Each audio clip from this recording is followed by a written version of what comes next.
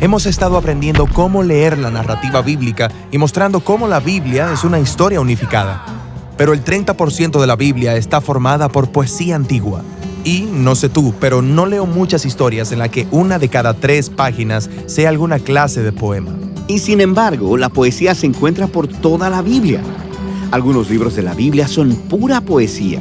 La mayoría de los poetas hebreos escribieron poemas magistrales y la mayoría del discurso de Dios en la Biblia se presenta como poesía. También es muy común que en la narrativa bíblica la historia haga una pausa cuando el personaje irrumpe en una canción poética. Como en la historia del Éxodo está la narrativa de Moisés guiando a los israelitas a través de las aguas del mar. Eso es seguido por un hermoso poema acerca de ese mismo tema. ¿Por qué una historia y un poema? ¿No es suficiente una sola versión? Bueno, la poesía tiene un propósito diferente a las historias. En lugar de describir la diferencia, experimentémosla. Está bien.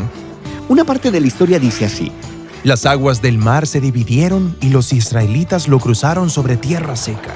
El mar era para ellos una muralla de agua a la derecha y otra a la izquierda. Eso parece muy claro. Sí. Ahora el poema que relata el mismo evento. Al soplo de tu aliento se amontonaron las aguas, se juntaron las corrientes como en un montón, se cuajaron los abismos en el corazón del mar. ¡Wow! ¿Una muralla cuajada como gelatina y alimentos divinos? Esto es intenso. Sí, el poema enciende tu imaginación a través de la experiencia del arte verbal, y los poetas bíblicos hicieron esto con un grupo específico de herramientas. Y eso es lo que observaremos, el arte de la poesía bíblica. La unidad básica de cualquier poema es la línea, y muchas líneas se diseñan juntas para formar un poema. Estoy acostumbrado a esta clase de poema. Hay una métrica, cadencia, pa pa pa pa pa pa pa pa pa pa, y hay rima. Pero los poemas de la Biblia no funcionan así. Sí, los poemas bíblicos son los que podrías llamar poesía libre. No utilizan la métrica como algunas tradiciones poéticas lo hacen, ni tampoco utilizan la rima de la misma manera. Entonces, ¿los poemas bíblicos no tienen orden? No, sino que tienen una clase de orden distinto. Los poemas bíblicos en su manera más básica se estructuran en pareados, 2 líneas cortas que están cuidadosamente expresadas y colocadas una junto a la otra. La primera línea hace una declaración básica y luego la segunda línea lo desarrolla de alguna manera. Puede hacer esto al completar la idea o al profundizarla con diferentes palabras o imágenes, o al contrastarla de alguna manera. Mira el inicio del Salmo 51. Ahí puedes verlo en acción. En el primer pareado, el poeta le pide a Dios que le muestre su gracia y amor. ¿Pero exactamente cómo? En la segunda línea, él pide perdón por sus fracasos. Ok, entonces este pareado está terminando un pensamiento completo. Sí, y luego el siguiente pareado abre con el lavamiento como una metáfora. Y luego la segunda línea ofrece una imagen más vívida, la de un sacerdote en el templo purificando cosas para que puedan estar en la presencia de Dios. Ok, entonces está tomando una imagen y profundizándola. Sí, y luego ese tercer pareado inicia con la conciencia del poeta sobre su pecado, en lo profundo de su interior. Y eso es seguido por una descripción del pecado manifestado afuera, como si estuviera en público, visible a él mismo y a otras personas. Así que este pareado toma una idea y la contrasta. Exactamente. Entonces, los pareados son repetitivos por naturaleza. Pero el lenguaje repetitivo te obliga a ir despacio y a permanecer en el sentimiento y en el significado del todo, observando cada idea desde más de un ángulo. Y luego, los grupos de pareados pueden unirse alrededor de una idea clave. Es como un diamante con muchas facetas. Cada línea ofrece un vistazo distinto de la misma realidad central. Entonces, este poema está explorando cómo luce ser perdonado cuando se te da una segunda oportunidad. Y esa es la clase de experiencia que puede cambiar a una persona. Vale la pena saborearla y meditar en ella. Ahora, los poetas bíblicos también usan la repetición en una escala mayor. En muchos poemas encontrarás una línea clave que se repite muchas veces. Se llama estribillo. O iniciarán y terminarán el poema con un pareado similar. Eso se llama inclusio. Entonces, a los poetas bíblicos les encanta el diseño. Oh, sí. Estas son obras de maestría verbal. Estos poetas utilizan la repetición para crear toda clase de patrones elaborados que invitan al lector a hacer conexiones entre las distintas partes de todo el poema, las cuales descubren niveles de significado aún más profundos. Genial. Ya me siento bastante familiarizado con la poesía hebrea antigua. Pero recuerda, la poesía no es algo que dominas y luego olvidas. Los poemas bíblicos son un pozo sin fondo. Están llenos de una superabundancia de significados para aquellos que están dispuestos a detenerse a meditar en ellos. Y están tratando de llevar mi mente en nuevas direcciones y a descubrir nuevas ideas. Exactamente. Y hay todavía otra herramienta que los poetas bíblicos tienen para hacer justamente eso.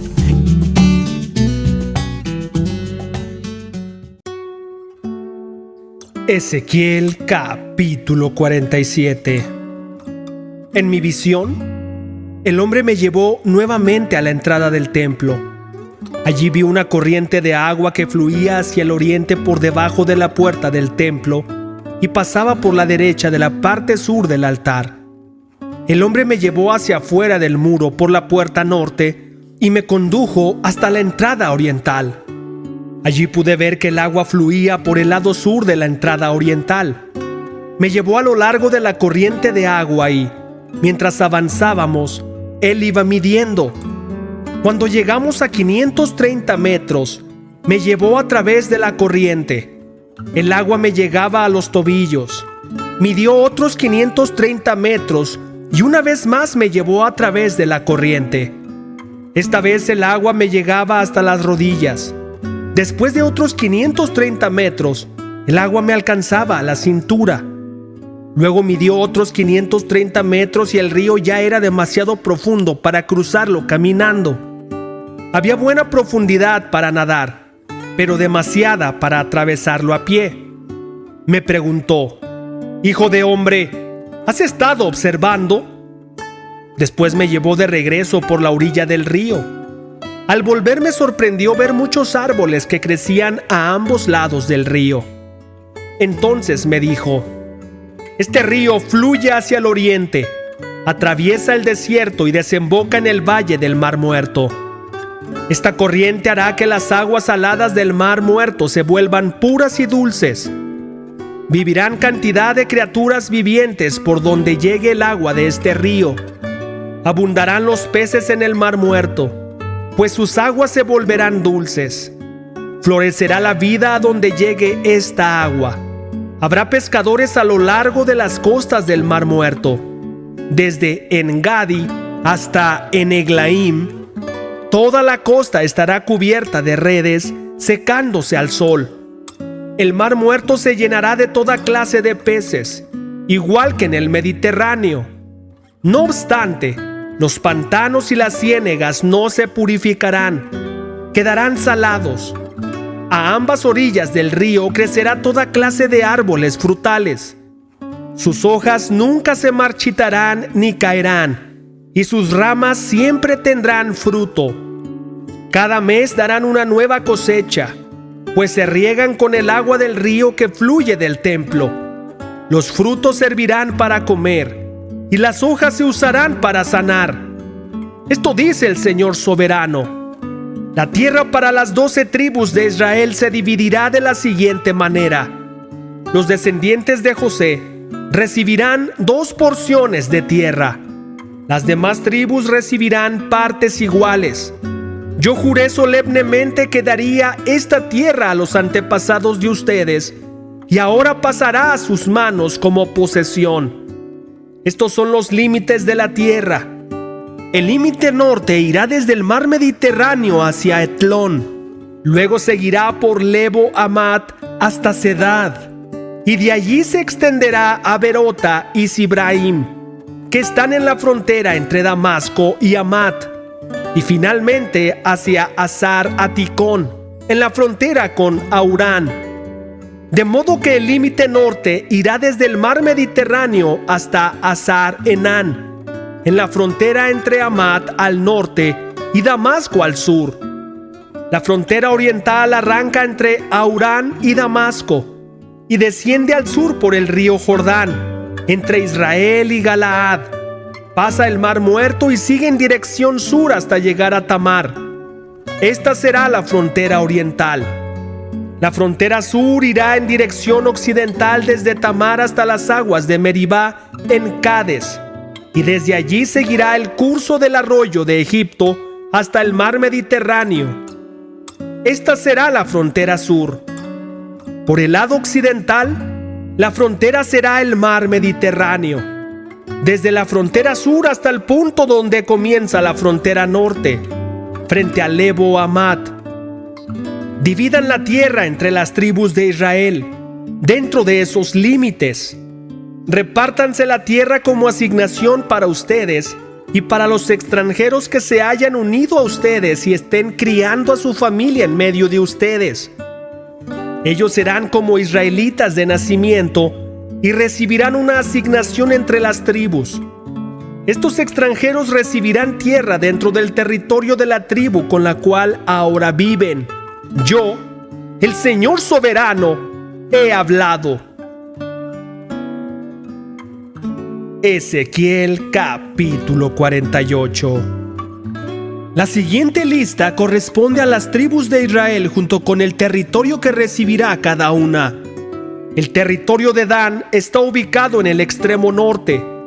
La línea fronteriza sigue la ruta de Etlón hasta Lebo Hamat y luego continúa a Hazar Enán, en la frontera con Damasco, con Hamat por el norte. El territorio de Dan se extiende a lo ancho de todo el territorio de Israel, de oriente a occidente. El territorio de Aser queda al sur del territorio de Dan y también se extiende de oriente a occidente. El territorio de Neftalí se ubica al sur del territorio de Aser y también se extiende de oriente a occidente. Luego sigue Manasés al sur de Neftalí, y su territorio también se extiende de oriente a occidente. Al sur de Manasés está Efraín, después Rubén y luego Judá. Todos los límites se extienden de oriente a occidente. Al sur de Judá está la tierra apartada para un propósito especial.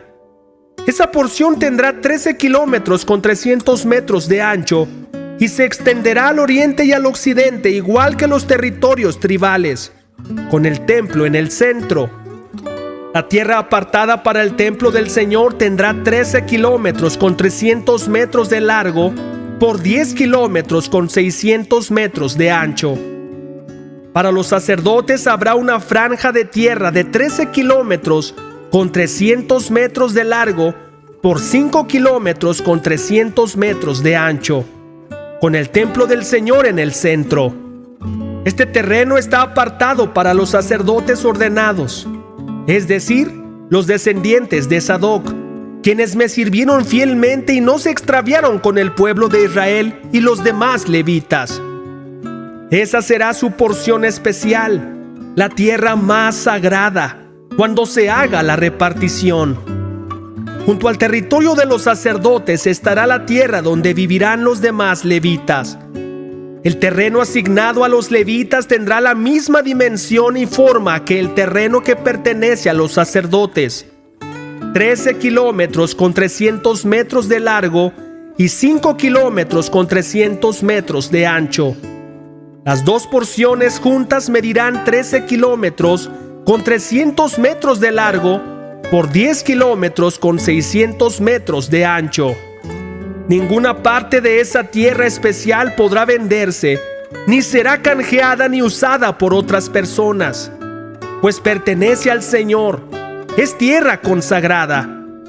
Al sur del terreno sagrado del templo se asignará una franja adicional de tierra de 13 kilómetros con 300 metros de largo por 2 kilómetros con 650 metros de ancho, para uso público, casas, pastizales y espacios comunes, con una ciudad en el centro. La ciudad medirá 2 kilómetros con 400 metros en cada lado, norte, sur, oriente y occidente. Estará rodeada por 133 metros de campo abierto en cada dirección. Fuera de la ciudad habrá un terreno agrícola que se extenderá 5 kilómetros con 300 metros al oriente y lo mismo al occidente, por el límite del terreno sagrado. Esta tierra de labranza producirá alimentos para la gente que trabaje en la ciudad. Podrán cultivarla los miembros de las diversas tribus que vayan a la ciudad para trabajar. Todo este terreno, incluidas las tierras sagradas y la ciudad, forma un cuadrado de 13 kilómetros con 300 metros de lado. Los terrenos restantes, al oriente y al occidente de las tierras sagradas y de la ciudad, pertenecerán al príncipe. Cada uno de estos terrenos medirá 13 kilómetros con 300 metros de ancho y se extenderán en dirección opuesta uno de otro, hacia los límites oriental y occidental de Israel, con las tierras sagradas y el santuario del templo en el centro. Por lo tanto, la tierra del príncipe abarcará todo lo que esté entre los territorios asignados a Judá y a Benjamín, con excepción de los terrenos separados para las tierras sagradas y la ciudad. Los territorios asignados a las demás tribus son los siguientes. El territorio de Benjamín está al sur de las tierras del príncipe y se extiende por toda la tierra de Israel de oriente a occidente. Al sur del territorio de Benjamín está el territorio de Simeón, el cual también se extiende de oriente a occidente. A continuación está el territorio de Isaacar, con los mismos límites al oriente y al occidente. Luego sigue el territorio de Zabulón, que atraviesa la tierra de Israel de oriente a occidente. El territorio de Gad está situado al sur de Zabulón, con los mismos límites al oriente y al occidente. La frontera sur de Gad va desde Tamar hasta las aguas de Meribá en Cades, y de allí sigue el arroyo de Egipto hacia el mar Mediterráneo. Estas son las asignaciones que se apartarán como posesión exclusiva de cada tribu. Yo, el Señor soberano, he hablado. Estas serán las salidas de la ciudad. En la muralla norte, cuya extensión es de 2 kilómetros con 400 metros de largo, habrá 3 puertas y cada una llevará el nombre de una tribu de Israel. La primera llevará el nombre de Rubén, la segunda de Judá y la tercera de Leví. En la muralla oriental, que también mide 2 kilómetros con 400 metros de largo, las puertas llevarán el nombre de José, de Benjamín y de Dan. En la muralla sur, también de 2 kilómetros con 400 metros de largo, las puertas llevarán el nombre de Simeón, de Isaacar y de Zabulón. Y en la muralla occidental, también de la misma longitud, las puertas llevarán el nombre de Gad, de Aser y de Neftalí. El perímetro total de la ciudad tendrá una extensión de 9 kilómetros con 600 metros, y desde ese día, el nombre de la ciudad será El Señor está allí. Salmos capítulo 135, versículos del 8 al 14. Destruyó al primer hijo varón de cada hogar egipcio y a las primeras crías de los animales. Realizó señales milagrosas y maravillas en Egipto en contra del faraón y todo su pueblo. Hirió de muerte a grandes naciones y masacró a reyes poderosos. A Sehón, rey de los amorreos, a Og, rey de Basán, y a todos los reyes de Canaán. Entregó sus tierras como herencia, como preciada posesión a su pueblo Israel. Tu nombre, oh Señor, permanece para siempre. Tu fama, oh Señor, se conoce en cada generación. Pues el Señor hará justicia a su pueblo y tendrá compasión de sus siervos. Proverbios capítulo 29, versículo 9. Si un sabio lleva a un necio a juicio, habrá alboroto y burlas, pero no se solucionará nada. Primera carta de Pedro, capítulo 4. Por lo tanto, ya que Cristo sufrió dolor en su cuerpo, ustedes prepárense, adoptando la misma actitud que tuvo Él, y estén listos para sufrir también. Pues, si han sufrido físicamente por Cristo, han terminado con el pecado. No pasarán el resto de la vida siguiendo sus propios deseos. sino que estarán ansiosos de hacer la voluntad de Dios. En el pasado, han tenido más que suficiente de las cosas perversas que les gusta hacer a los que no tienen a Dios: inmoralidad y pasiones sexuales, parrandas, borracheras, fiestas desenfrenadas y abominable adoración a ídolos. No es de extrañarse que sus amigos de la vieja vida se sorprendan de que ustedes ya no participan en las cosas destructivas y descontroladas que ellos hacen. Por eso los calumnian. Pero recuerden que ellos tendrán que enfrentarse con Dios, quien está listo para juzgar a todos, tanto a vivos como a muertos. Por esta razón, la buena noticia fue predicada a los que ahora están muertos, aunque fueron destinados a morir como toda la gente. Ahora vivirán para siempre con Dios en el Espíritu. El fin del mundo se acerca. Por consiguiente, sean serios y disciplinados en sus oraciones. Lo más importante de todo es que sigan demostrando profundo amor unos a otros, porque el amor cubre gran cantidad de pecados. Abran las puertas de su hogar con alegría al que necesite un plato de comida o un lugar donde dormir. Dios, de su gran variedad de dones espirituales, les ha dado un don a cada uno de ustedes. Úsenlos bien para servirse los unos a los otros. ¿Has recibido el don de hablar en público? Entonces habla como si Dios mismo estuviera hablando por medio de ti. ¿Has recibido el don de ayudar a otros? Ayúdalos con toda la fuerza y la energía que Dios te da.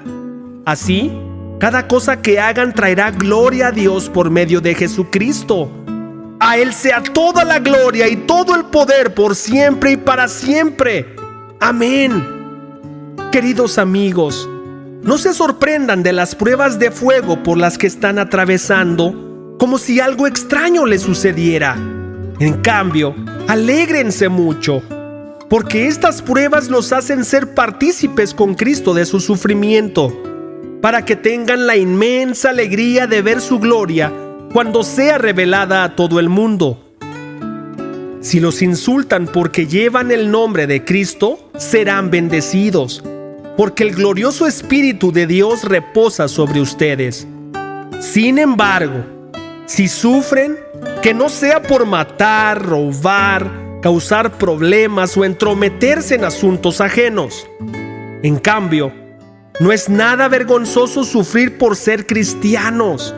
Alaben a Dios por el privilegio de que los llamen por el nombre de Cristo, pues ha llegado el tiempo del juicio y debe comenzar por la casa de Dios. Y si el juicio comienza con nosotros, qué terrible destino les espera a los que nunca obedecieron la buena noticia de Dios.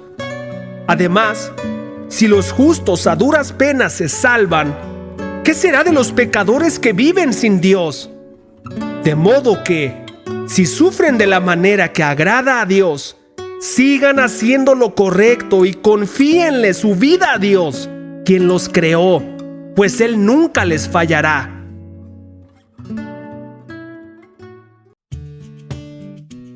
¿Has visto qué práctico, claro y directo es Dios con el ser humano? Él deja muy claro lo que le gusta y lo que le disgusta, lo que espera de ti y lo que Dios quiere hacer por ti y para ti.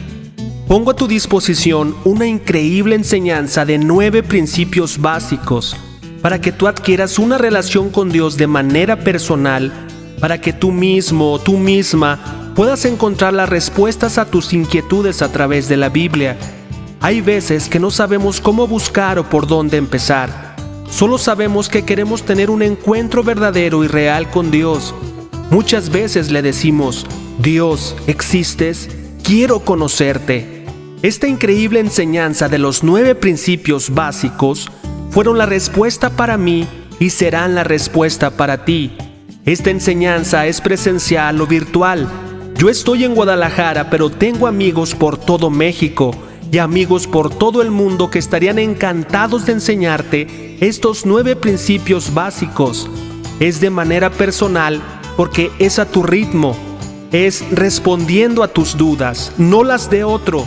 tratando específicamente áreas de tu vida y de tu corazón. Solo necesitas tu Biblia, tiempo y las ganas de tener un encuentro con Dios. Es totalmente gratuito. Tenemos que dar de gracia lo que hemos recibido de gracia. Déjame tus datos para contactarnos contigo al correo queremosresponderte@gmail.com y con gusto te explico cómo podemos empezar y dar el siguiente paso. El correo está indicado en la caja de comentarios. Nos vemos mañana. Bendiciones.